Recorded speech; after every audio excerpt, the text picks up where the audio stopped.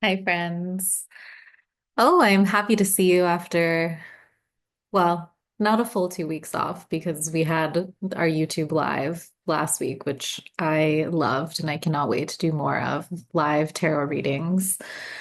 But I did miss filming my Artist Way Week 8 video because of, maybe not because of, there were other things, but regardless, it's been 2 weeks. I'm happy to be talking again about the Artist Way, and I'm gonna be working on one of my final Valentines. It's March 5th, and so yeah, Valentine's Day is finished, but I sent out some cards to some friends and I have one more that I'm finishing now.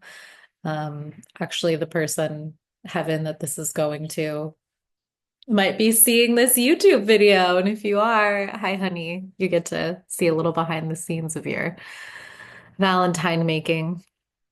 So this week for the Artist's Way, well, I should say for weeks 8 and 9, Julia writes about recovering a sense of strength, which is week 8, and recovering a sense of self-compassion, which is week 9.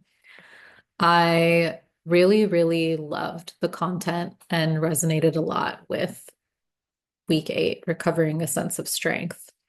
Week 9, I don't know, for whatever reason, resonated just a little bit less so, which is fine. But when I'm thinking about, hmm,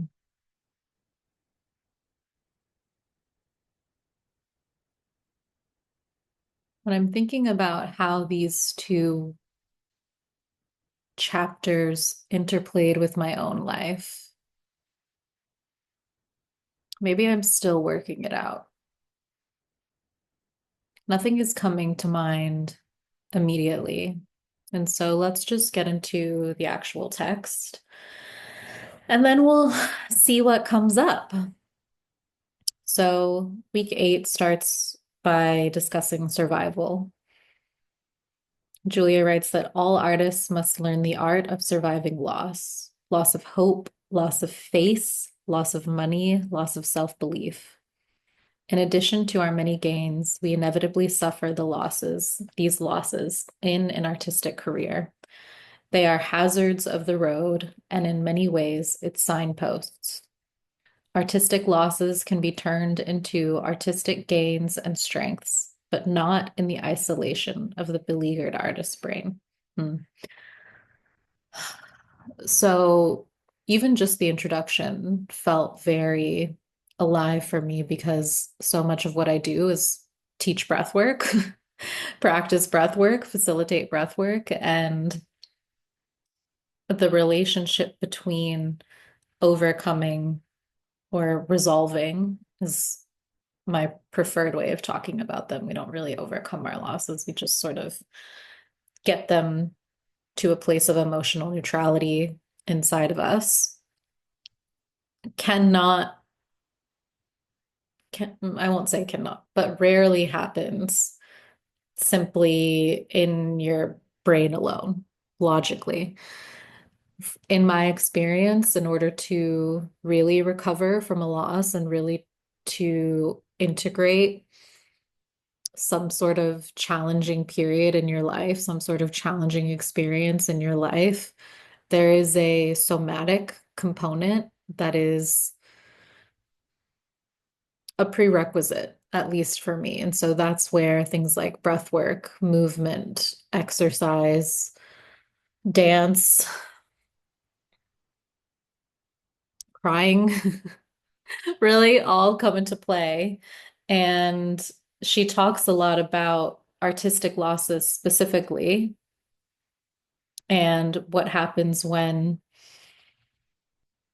our artistic creations or our artistic projects don't necessarily pan out the way that we envision them. And I would expand the definition of loss to encompass more things than just artistic projects that don't pan out. I would say really any loss must be engaged with in a way that is that brings about resolution in order to have clarity moving ahead in your life and being able to tackle other new projects. And so one of the lines that she writes that I really love is that we must remember that our artist is a child and that what we can handle intellectually far outstrips what we can handle emotionally. We must be alert to flag and mourn our losses. The unmourned disappointment becomes a barrier that separates us from future dreams.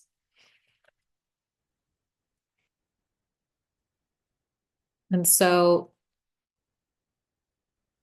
especially if you are a creative, especially if you are identify as a queer person or a person who exists, a marginalized person, somebody who is working towards or is existing in a body that requires the systems that are in place in the United States, which is where I'm writing from, speaking from, to change, then it can be very challenging to constantly be confronted with losses on a societal and personal level while still maintaining creative output.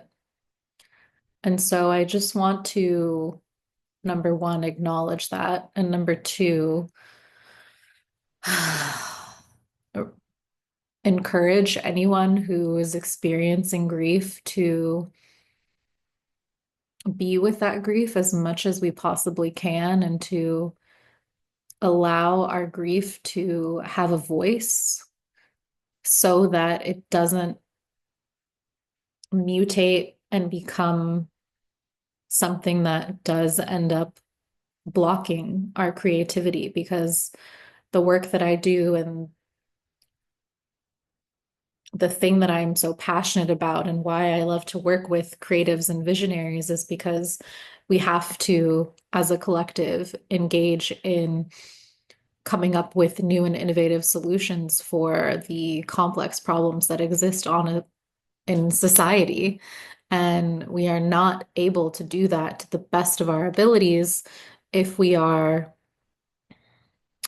gripped, blocked, have a concrete heart. When our hearts get calcified and the rage and the anger and the sadness are the only thing that we can feel when we are separated from distraction, then there just isn't space to generate new ideas and new ways of being. And so to keep that in mind throughout your artistic journey, that honoring the space that you are in emotionally, honoring the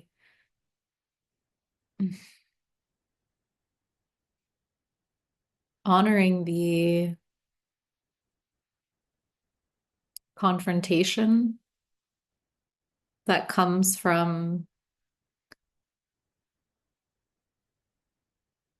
not being a billionaire with unlimited power. Um, give yourself as much grace as you need for that. And please don't shy away from holding, nurturing, whatever it is that you need to resolve those intense emotional experiences. So, a little bit of a tangent. Thank you for bearing with me. The second subject that she covers in this week 8 is the ivory power. Mm.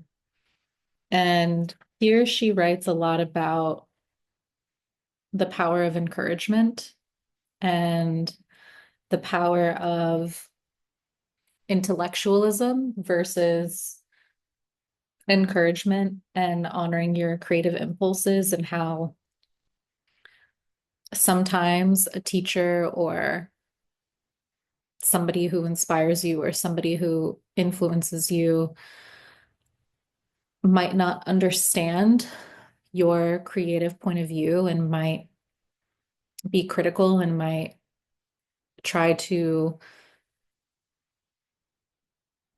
over intellectualize the work that you are here to do.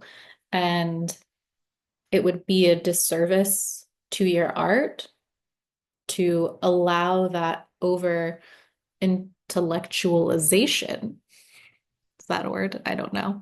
Over into intellectualization to limit what it is that you feel excited to output. And she writes, by its very nature, creativity eschews such containment. Creativity cannot be comfortably quantified in and creativity cannot be comfortably quantified in intellectual terms.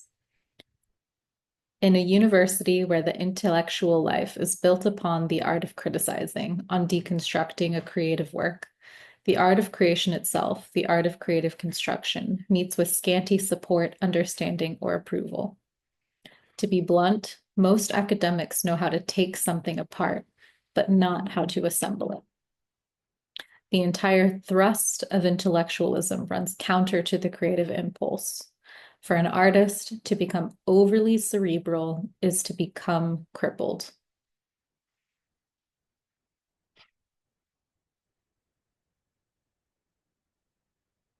She writes a lot about how our inner artist is our inner child.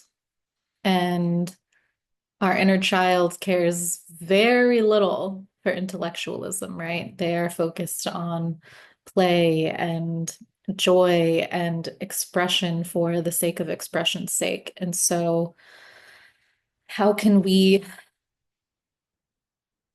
prioritize that creativity over intellectualism when we are so often surrounded by intellectual critique? And her suggestion is to take on and put on a cloak maybe of audacity, put on an identity of audaciousness. And because she writes, often audacity, not authentic talent, confers fame on an artist. And so we can get wrapped up in this idea of intellectualism and perfectionism and trying to create something that is beyond critique, so that when a lot of people see the work, when a lot of people engage with the work, it will succeed and elevate itself to new heights. And in that way, become famous, become well known, have money, have support, have all the things. But it's actually the intellectualism and the perfectionism that we do ourselves a disservice to prioritize, because those things, I think it's in week 7 that she writes about.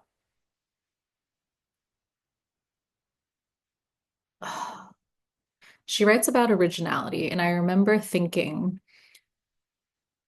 I don't want my work to be the same as someone else's. And yet, the idea of something being perfect has such a narrow field of view that for two things to both be perfect, they probably have to be very similar.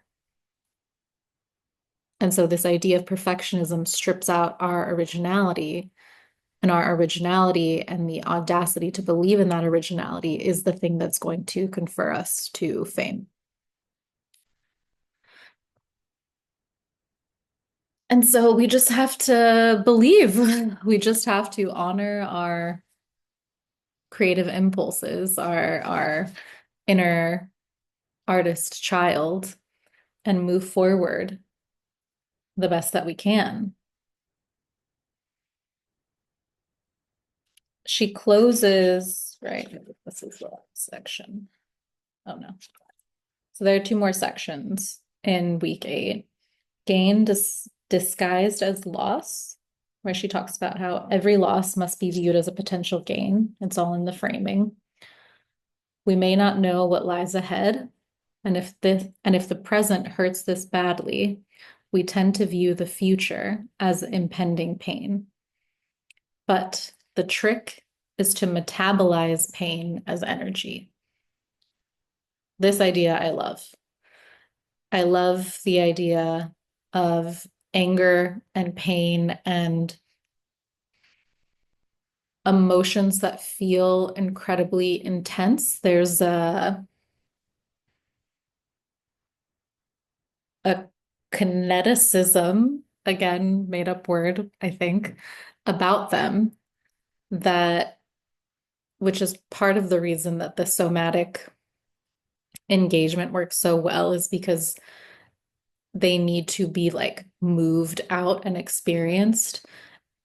And so we can metabolize intense emotions, especially the pain, the grief, the sadness, as energy for creating anything, whatever your little heart desires. She writes that the key to doing that is to know, to trust, and to act as if a silver lining exists. If you are only willing to look at the work differently or walk through a different door, one that you may have balked at. And so it's like we have to, or we are able to experience pain because of life, because of art, because of situations in our day to day, and metabolize. I really like the word that she uses, metabolize that pain as energy. And one of my teachers, Milana Snow, talks about all the time this phrase, how can I make this for my use? And I think about when situations go in a way that is perpendicular to my preference, as my other teacher, another teacher, Ray Dohar, says, I often have to think to myself, how can I make this for my use? Because every situation, every scenario can be mm, a launching pad for something better. Every breakup, every rejection, every firing, every bad things, hard things, challenging things, they do happen. It just is life. That is the balance of being a human. And yet, there is opportunity available on the other side once the emotion has been metabolized to say, okay, I've experienced something really, really, really hard and awful, and I have taken the time to resolve the emotional tenor of that experience. And now that I'm on the other side of that, and I have come to a place of emotional neutrality about whatever the challenging situation was, we can start to then ask ourselves, okay, well, now that I am in a place of neutrality, I am able to direct now my energy to be used to get myself closer to where it is that I want to be. This is like a very winding, esoteric conversation. But the important thing to remember is that the path and the vision that you have for your life, the desires that you have for your life are in your psyche, in your heart for a reason. And it is your gift to yourself to remember that those desires are here to be fulfilled by you. And so, even when you have a challenging situation, when you get to the other side of the emotional tenor of that situation, recall your vision, recall your desire, recall the life that you want for yourself. And from that place, it's like you can change the angle that you are facing and start to take action to create a new path to the thing that you desire. And again, I don't know why this conversation is taking so many interesting detours, but I am trusting that whoever is listening, whoever is watching this, that the wisdom is dropping into your heart, and it might just take a little bit of time for the understanding to like actually land, but trust that it will, and trust that if you're listening, this medicine is for you. And I'm grateful for this connection. Hmm.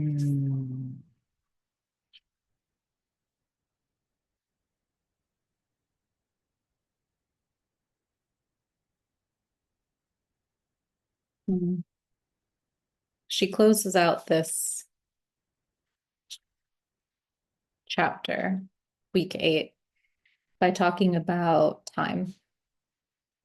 Time, time, time. Ooh, time is such a spicy subject. Um, she writes that many blocked creatives tell themselves they are both too old and too young to allow themselves to pursue their dreams. But creativity occurs in the moment, and in the moment, we are timeless. Often, instead of allowing ourselves a creative journey, we focus on the length of the trip. This attention to final form ignores the fact that creativity lies not in the done, but in the doing.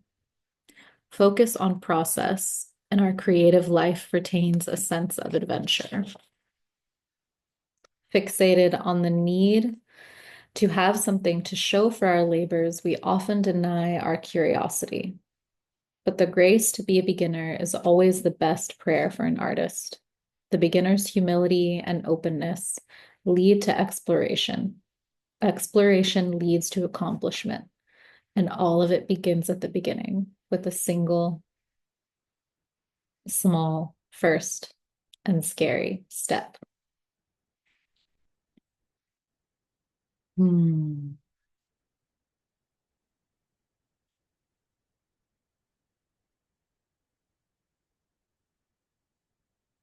A creative life is grounded on many, many small steps and very, very few large leaps. Creativity requires activity. You have to do something in order to feel better. But most blocked creatives have an active addiction to anxiety. We prefer the low-grade pain and occasional heart-stopping panic attack to the drudgery of small and simple daily steps in the right direction. Work begets work. So do, if we do, and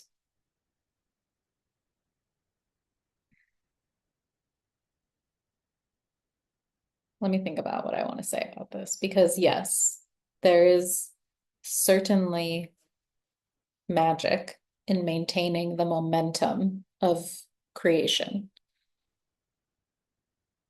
And I want to avoid putting productivity and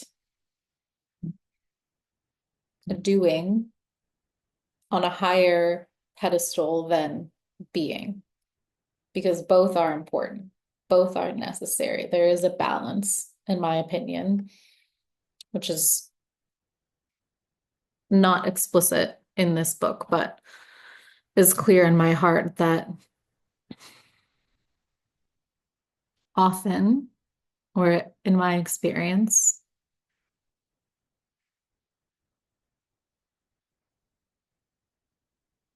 getting quiet, being, listening, that capital L listening to your guides, to source, to that thing that exists, God, as Julia writes, God, your creative co-collaborator, and give you information on what to do, on how to move efficiently towards the vision and the life that you have for yourself without just spiraling and doing for the sake of appeasing the anxiety caused by productivity culture.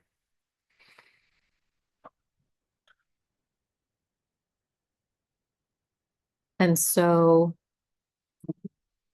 how can you engage in a practice of listening, followed by a practice of intentional doing? And probably Julia would say the listening comes often in the morning pages. It can also come on the artist dates when the inspiration of the environment dropped something in. And from a place of inspiration and a place of flow, that is where the most efficient doing occurs.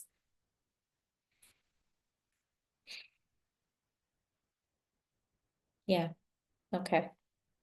So the last the last chapter, and I'm gonna go through this one, I think, more quickly because like I said, chapter 8, week 8, like really landed for me. I loved it. And also chapter 9, week 9, it's just much shorter. So that's cool. Recovering a sense of compassion is the overview. And she writes about fear, about enthusiasm, and about creative U-turns. And so she closes by talking about blasting through the blocks of the creative U-turn and essentially starts the chapter by talking about laziness. Blocked artists are not lazy, they are blocked. This comes up many, many times throughout the chapter. The blocked artist spends energy on self-hatred, on regret, on grief, and on jealousy. The blocked artist spends energy on self-doubt. The blocked artist does not know how to begin with baby steps. Instead, the blocked artist thinks in terms of great, big, scary, impossible tasks. A novel, a feature film, a one-person show, an opera. When these large tasks are not accomplished or even begun, the blocked artist calls that laziness. Do not call the inability to start laziness, call it fear. Fear is the true name for what ails the blocked artist. It may be fear of failure or fear of success. Most frequently, it is fear of abandonment. This fear has its roots in childhood reality. Most blocks,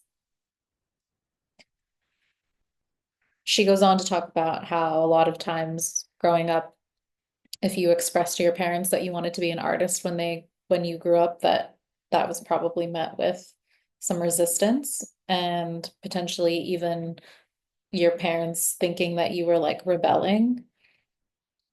And the solution to a lot of this is to recognize that in order to begin, sometimes you might need help from your higher power, from supportive friends, and from yourself.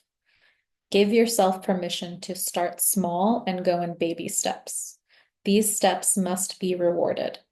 Setting impossible goals creates enormous fear, which creates procrastination, which we wrongly call laziness.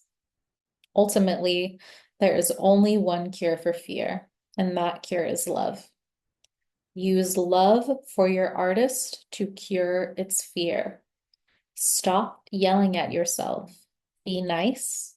Call fear by its right name. And then she goes on to write about enthusiasm and how enthusiasm, from the Greek filled with God, is an ongoing energy supply tapped into the flow of life itself. Enthusiasm is grounded in play, not work. Far from being a brain-numbed soldier, our artist is actually our child within, our inner playmate. And as with all playmates, it is joy, not duty, that makes for a lasting bond. And so she writes about the process of creating a studio that feels playful, of bringing an energy of play rather than one of discipline to your creative practice, and understanding that art is a process and that the process is supposed to be fun. And so if you are not having fun creating your art, then it is highly unlikely that you'll be able to finish. And so, how can we either take away some of the pressure, take away some of the seriousness that is preventing the work from being fun, or how can we pivot to a medium or an experience that is actually more joyful? Maybe you don't actually want to be a dancer. Maybe you want to be an actor. And so that's kind of scary. But if that is the way that you are going to reconnect with the joy of creation, then that's what you got to do. And she continues to write about creative U-turns and how a creative U-turn often happens when an artist has been making progress towards their goals and then gets close to the finish line and then panics and freaks out and turns around and is like, no, no, no, I can't. And she writes, we usually commit creative harikari either on the eve of or in the wake of a first creative victory. The glare of success can send a recovering artist back, scurrying back into the cave of self-defeat. We're more comfortable being a victim of artist block than risking having to be consistently productive and healthy. The point is that we have traveled light years from where we were when we were blocked. We are now on the road, and the road is scary. We begin to be distracted by roadside We begin to be distracted by roadside attractions or detoured by the bumps. And this feels pretty real for me. The uncertainty of not knowing what lies ahead, the uncertainty of not having a clear view of the how of the path is something that I am confronting in myself literally every single day. The Virgo in me wants to have a plan with precise directions and a clear view ahead. And yet, It's just not the way that it works. It's just not. And trust is required. And so often I find that even when I come up with a plan that gives me this like false sense of comfort, that in a way I am restricting what's possible, and that actually what God can do for me, and God being the universe and my higher self, and not any like singular religious figure. But what the universe can do for me is actually so much bigger and more miraculous and special than whatever my small, smart but small human brain could come up with. And so the more that I am able to lean into trust and to get into that place of listening and following the flow, allowing the flow to carry me and allowing myself to be a vessel for whatever it is that wants to come down, the simpler things become, the simpler progress becomes. And so, to number one, extend ourselves some sympathy for these creative U-turns, because Julia writes, many a time, all creative, all careers experience creative U-turns, and that the trick is to just survive them, to keep on going, even when we maybe do a little bit of delay or self-sabotage or pause before we take the leap. She writes that our job as the creative jockey is to keep our horse moving forward and to coax it into finishing the course. Sometimes, once we admit our need for help, the help arrives. The ego always wants to claim self-sufficiency. It would rather pose as a creative loner than ask for help, but we have to ask anyways.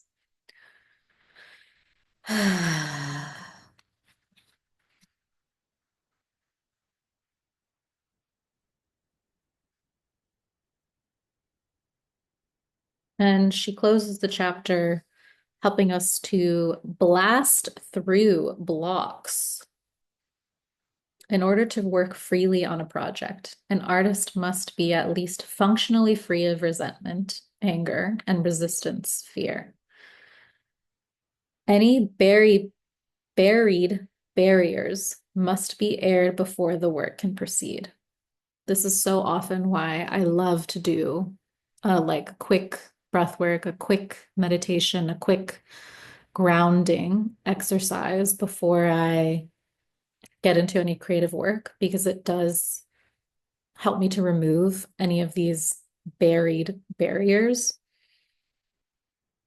And our creative artist is a child, and sometimes it will sulk, sometimes it will throw tantrums or hold grudges or harbor irrational fears, and all of that is fine, and all of that is to be expected. And the question is really whether we can be the mother, be the parent, be the one who holds and allow those outbursts to happen without judging the process, and to help that inner child having the tantrum to express themselves in a safe way, and then to come into reconciliation and to be like, okay, now that that's done,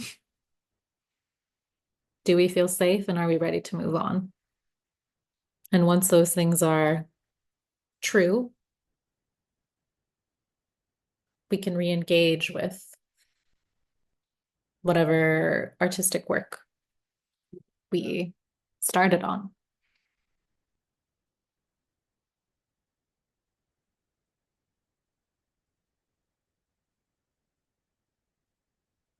I'm curious if anybody watching this has a particular project that they are in the process of working on now, and if so, whether any of this creating a sense of compassion or what was the first one? A sense of strength, cultivating a sense of strength, recovering, always recovering, recovering a sense of strength.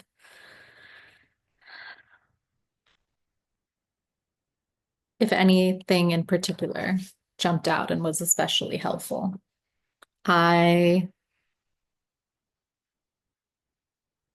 am a little bit shocked because we only have 3 more weeks of the artist way. There today, technically, I start week 10 and there's only 12 weeks, and we are closing the cohort that I am in with an artist way retreat, which I'm very excited to attend and be a part of and close out by the end of March. And I cannot wait to see how these practices and how this community and how this mm, dedication to the work of going through this book is going to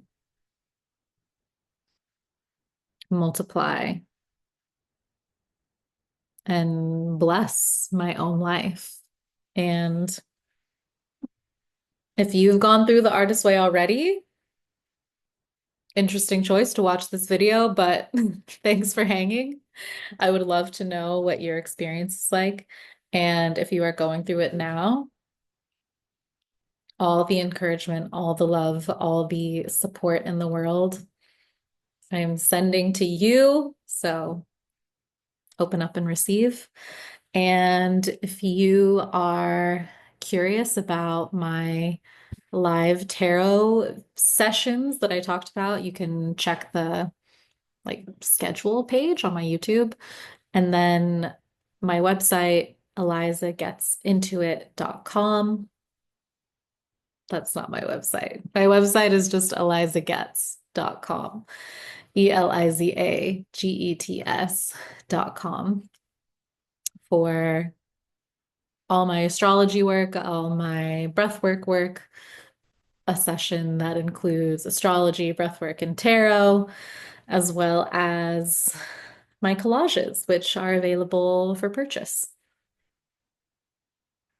Thank you for watching. Thank you for doing the YouTube thing, the liking, the subscribing, the ringing of the bell, the sharing, commenting, simply engaging as a burgeoning entrepreneur, YouTuber, etc. It really does light up my whole day and mean everything. So thank you, thank you, thank you.